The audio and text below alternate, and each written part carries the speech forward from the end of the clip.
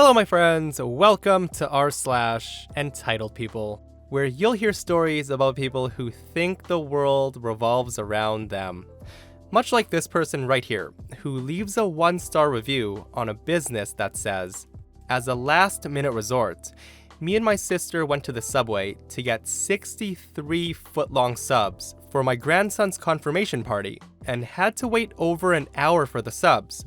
Ridiculously long wait, and the lady who took my order seemed really annoyed with me." Well, gee, I wonder why they were annoyed with you. Guys, I used to work at Quiznos making sandwiches, and I can say that an hour for 63-foot-long subs is actually pretty good. Guys, in this episode, you're gonna hear 4 stories, so buckle up. It's gonna be a bumpy ride, and remember, if you feel your blood start to boil, take deep breaths. I hope you stay for the stories today, and do hit that subscribe button for future Entitled People stories. Let's get into it. This first story is titled, "Pregnant Woman Thinks She's More Important Than Others." A few years ago, I was shopping with my mom in a supermarket.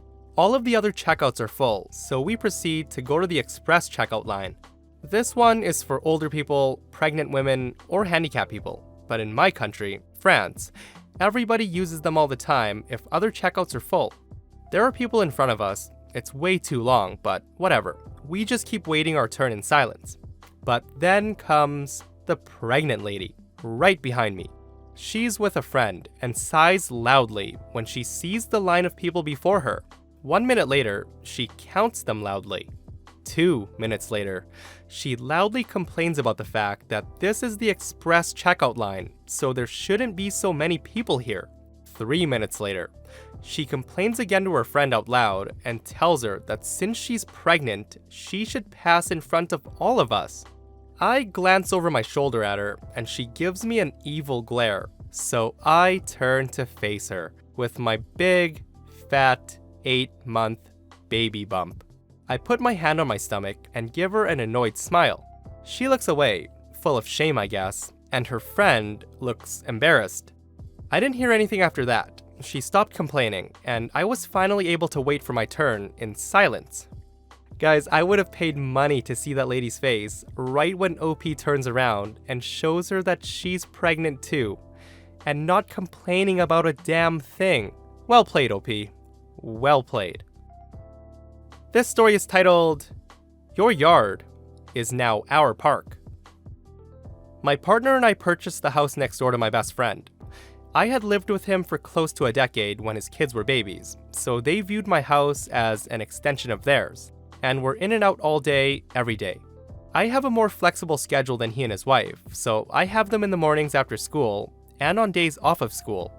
I had a pool in my yard, and because my friend's kids were still little, I installed a retractable cover and made sure it was locked so they couldn't open it. My friend's yard had one of those wood fort/climbing wall/swing set deals and a large sandbox. Throughout the year, we spent most evenings outside, grilling, drinking, and watching the kids play, swim, or do whatever. One summer day, I came home from work a little earlier than normal and started to prep for dinner.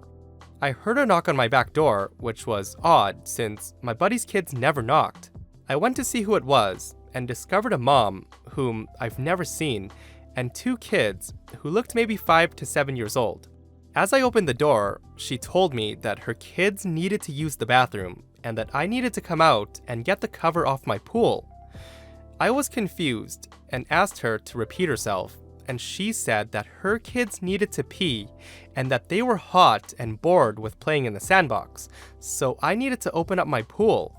I asked her why she was in my friend's yard and what made her think that her kids were welcome to swim in my pool, or use my bathroom for that matter, as it's not a public park. She got really angry and told me that she had moved into the house behind us and that she had watched my buddy's kids come over all the time, and I opened the pool for them. She insisted that since I was willing to open the pool for the kids next door, that I should also open it for the children who lived behind me. I tried explaining the relationship between my best friend's family and mine. She claimed that it didn't matter, that I've known them since birth and pretty much helped raise them. I just needed to get to know her kids too, and that would be okay. I told her no and closed the door on her. She spent a while knocking and fussing at me through the window, and then had her kids pee in a planter on the side of the patio. When I still didn't react, she took her kids back to my friend's yard to play on the swings. I texted him to let him know what was going on. Right at that moment, he was letting his 300 pounds worth of newfies out into the yard without noticing the unwelcome visitors.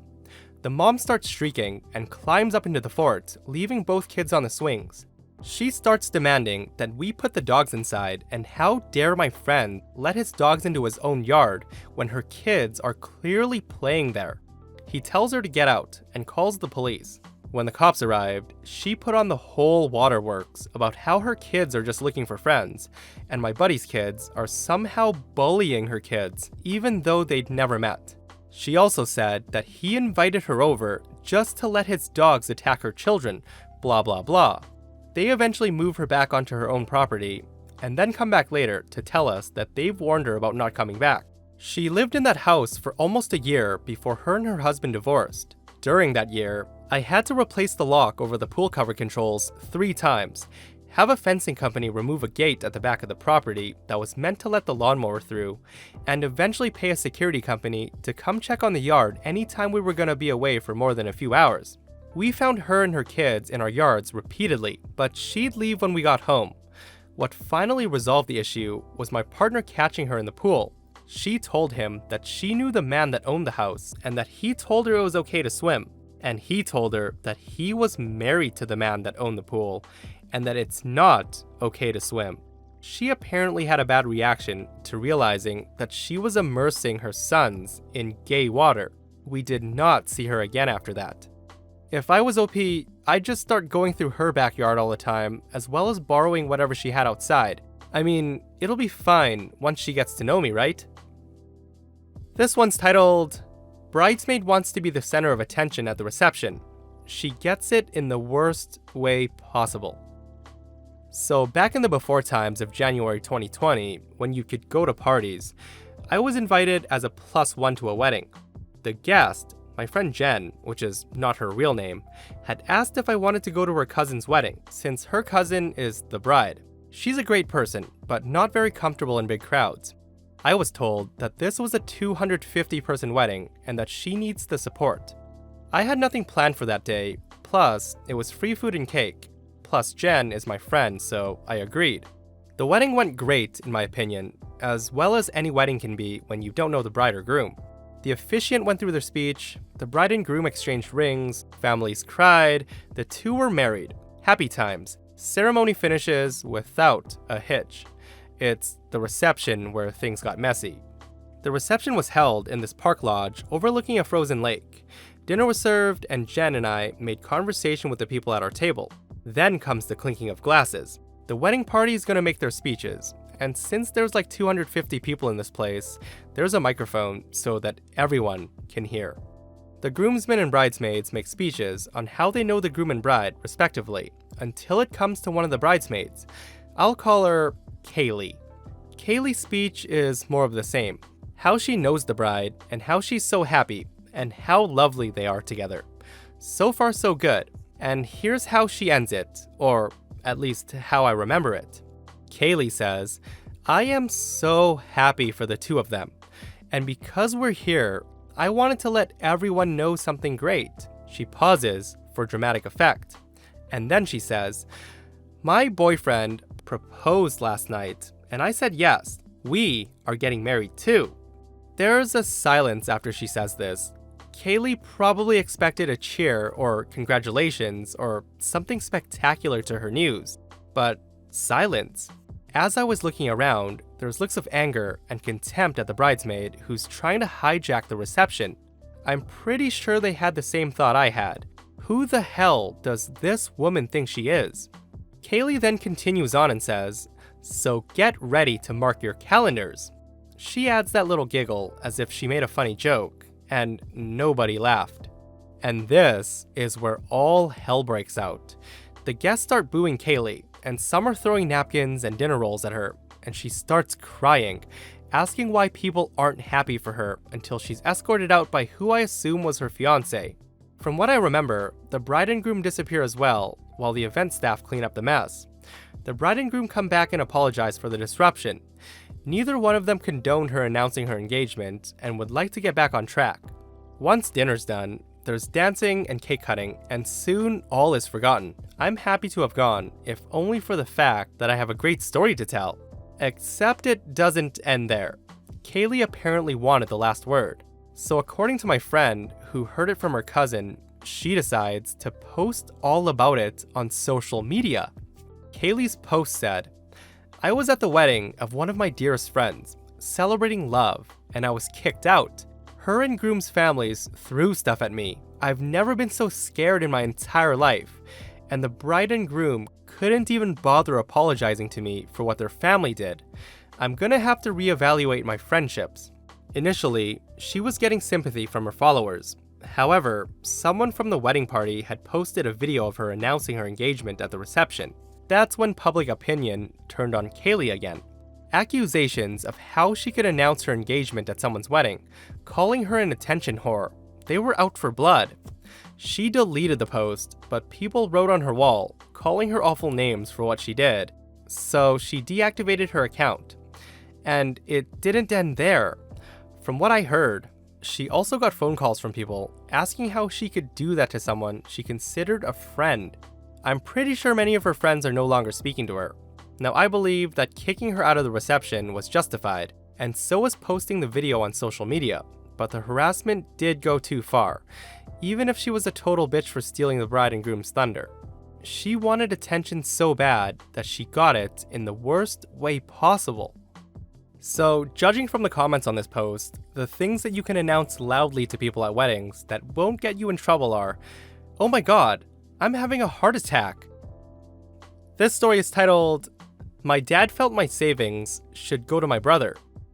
So, this happened a couple of years ago, but it still just hurts. My dad and I have never really seen eye to eye. He grew up with no sisters and an awful mother, and none of his friends have daughters, only sons. I don't blame him for struggling to raise a girl, which he had absolutely no reference point to, but he didn't need to show the blatant favoritism towards my brother. I've always been the black sheep a little. My parents and younger brother have always been this nice little trio. My brother's a mummy's boy, but dad dotes on him regardless. He's 4 years younger than me. I'm 18 and he's 14. I've struggled to find my place in my family. Now, aside from that little rant, the actual story. My brother and I are very musical. I play a multitude of instruments. He just plays saxophone, and he's good. He always has been. He suffered classic younger sibling syndrome. We were in a much better financial position when I began playing clarinet, and I got a really good beginner intermediate model that I still play today. When he started about 4 years later, things had gotten tight, so he had to rent his from the local concert band, and it wasn't great. Originally it was fine because my parents didn't want to invest in something that he might not commit to, but he did and loved it.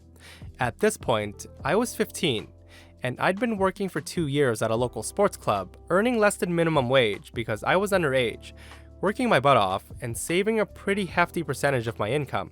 My father, who felt responsible for my job since he knew the owner, decided that he was entitled to my savings, about $500 at the time. His exact words were, "We could use your savings to buy your brother a better saxophone." God, it crushed me. First of all, you cannot get a better saxophone than the one he has for only $500. Secondly, what kind of father asks one child to give up practically 2 years of work for another?